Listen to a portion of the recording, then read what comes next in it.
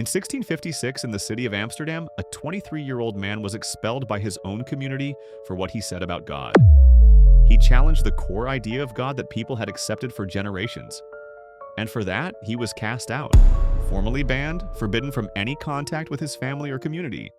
Forced into isolation, he continued his philosophical work while supporting himself by polishing lenses for microscopes and telescopes.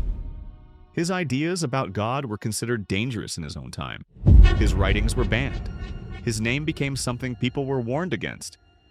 But centuries later, something strange happened. When Albert Einstein was asked, "Do you believe in God?" Einstein replied, "I believe in Spinoza's God." The world was stunned, because Einstein was referring to the same man, the same philosopher, Baruch Spinoza, who had been expelled centuries earlier for his ideas about God. So why did Einstein embrace Spinoza's God? What was so different, so powerful about this idea that it convinced one of the greatest scientific minds in history? In this video, we'll break down Spinoza's idea of God, and we'll see 5 main reasons why Einstein believed in Spinoza's God, and whether this idea changes how we see God itself. Spinoza did not reject the idea of God. He did not ask whether God exists. He asked, what kind of God makes sense in a rational universe? That question led to a philosophy that later convinced Einstein and many others. Now, let's look at the 5 reasons that made Spinoza's idea of God so powerful. Spinoza removed human psychology from God. Before Spinoza, people usually described God by borrowing directly from their own inner life. They imagined God as someone who thinks things through, makes choices, judges situations, and reacts to what happens in the world. At first glance, that sounds reasonable, but Spinoza noticed something important. When you plan, it's because you're unsure. When you judge, it's because more than one outcome is possible. When you choose, it's because you don't already have everything. And when you react, it's because something has changed. In other words, all of these mental activities exist because of limitation. So, Spinoza asked a question that cuts straight to the core of the idea of God. If God is infinite, what could God possibly be uncertain about? If God is perfect, what is there left to decide? And if God is eternal, what could ever catch God by surprise and force a reaction? The moment you say that God chooses, Spinoza argued, you quietly place God inside time, inside hesitation, possibility, and error. Spinoza rejected that picture completely. For him, God doesn't deliberate or weigh options. God doesn't pause, reconsider, or change direction. God doesn't decide in the human sense at all. God simply is. Everything that follows from God does so by necessity, not by preference. Not because something should happen, but because, given what God is, it cannot happen otherwise. This idea resonated deeply with Einstein, because physics doesn't describe a universe that stops to think. It describes a universe that unfolds according to structure and law. No hesitation, no psychology, just order. And that image of God, free from human weakness and mental drama, was something Einstein could finally take seriously. Spinoza's God fits a law-governed universe. Einstein spent his life uncovering laws that do not bend, negotiate, or make exceptions. Gravity doesn't pause to judge you. Light doesn't choose a different speed out of mercy. Nature does not intervene. It follows.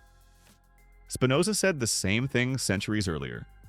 Everything that exists follows necessarily from the nature of reality itself, not by command, not by intention, but by necessity. This means events don't happen because someone decides they should. They happen because, given the structure of reality, they must. Just as a triangle cannot suddenly have 4 sides, the universe cannot suddenly behave differently. There are no alternative outcomes waiting to be selected. No divine plans adjusting events midstream.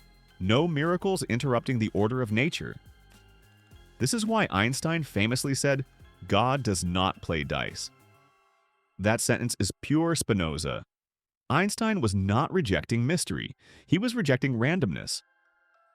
For both Spinoza and Einstein, the universe is intelligible precisely because it is lawful, and a God that breaks laws would make science impossible. Spinoza's God didn't threaten science. It was the foundation that made science meaningful. Spinoza redefined God as reality itself. Spinoza did something truly radical. He stopped treating God as a being inside the universe, a powerful entity watching the world from above. Instead, he asked a more fundamental question: what must exist for anything at all to exist? His answer was striking. Spinoza said, God is the one infinite substance, that which exists by itself and depends on nothing else.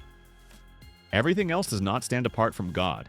Stars, bodies, minds, thoughts, emotions, they are not objects created and placed into existence from outside. They exist in God. They are expressions of the same underlying reality, appearing in different forms. To explain this clearly, Spinoza introduced precise terms. Substance is reality itself. Attributes are the ways that same reality is expressed, such as thought or physical extension. Modes are the particular forms it takes: a tree, a body, a planet, a human mind. Think of an ocean. The ocean is the substance. The properties of water are the attributes. The waves are the modes. Nothing exists outside the ocean. Waves aren't separate objects riding on water. A wave is simply the ocean expressing itself.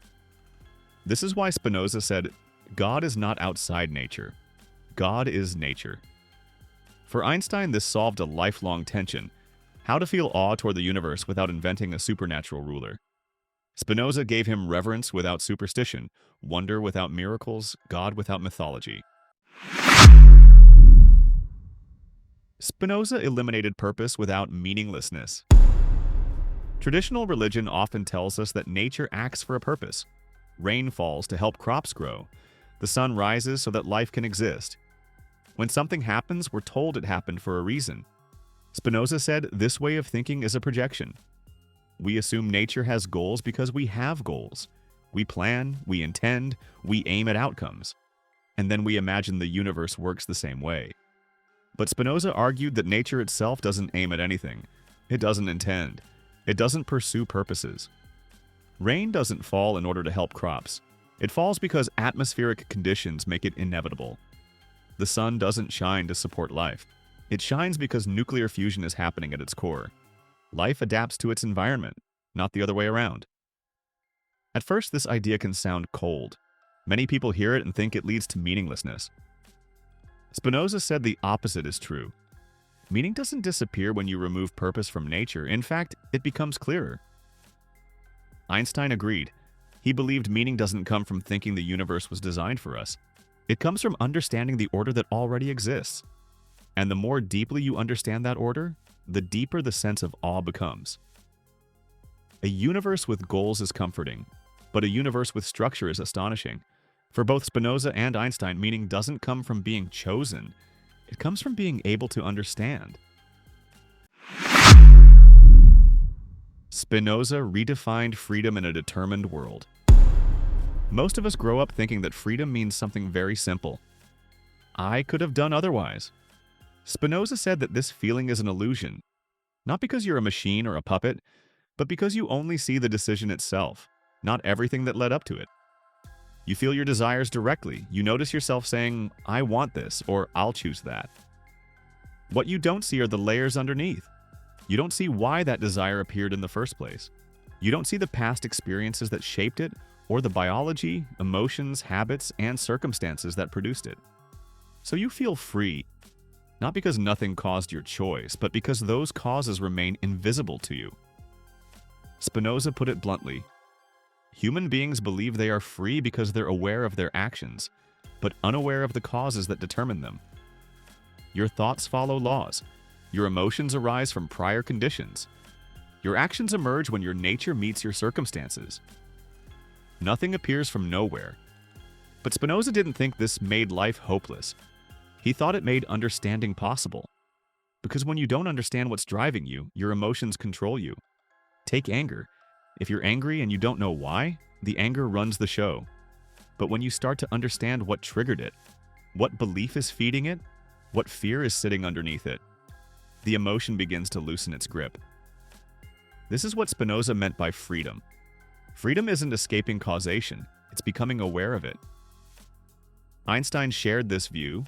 He rejected free will as randomness, but he also rejected the idea that we're helpless machines.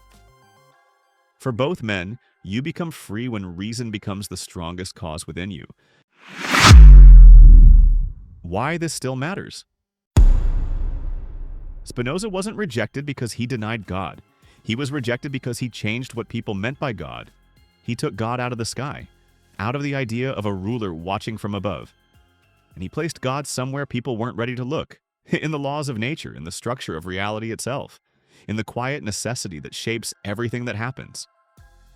This isn't a God who steps in to fix things. It's a God that explains why things are the way they are. Not a God who judges, but a God that reveals how the universe actually works. So when Einstein said he believed in Spinoza's God, he wasn't making a religious statement. He was saying, this makes sense to me. It aligned with the universe he spent his life studying, a universe that doesn't hesitate, doesn't bend for comfort, and doesn't revolve around human wishes. A universe that simply unfolds according to laws that can be understood. And here's the surprising part.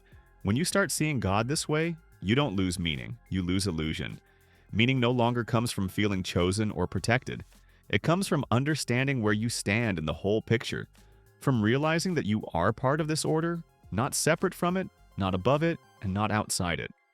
For both Spinoza and Einstein, a God that explains everything is more powerful than a God that controls everything. This isn't a God who answers prayers. It's a God you can try to understand. And for a mind like Einstein's, that wasn't a loss of faith. It was the only kind of God he could take seriously. This is Spinoza's God, and this is the God Einstein believed in.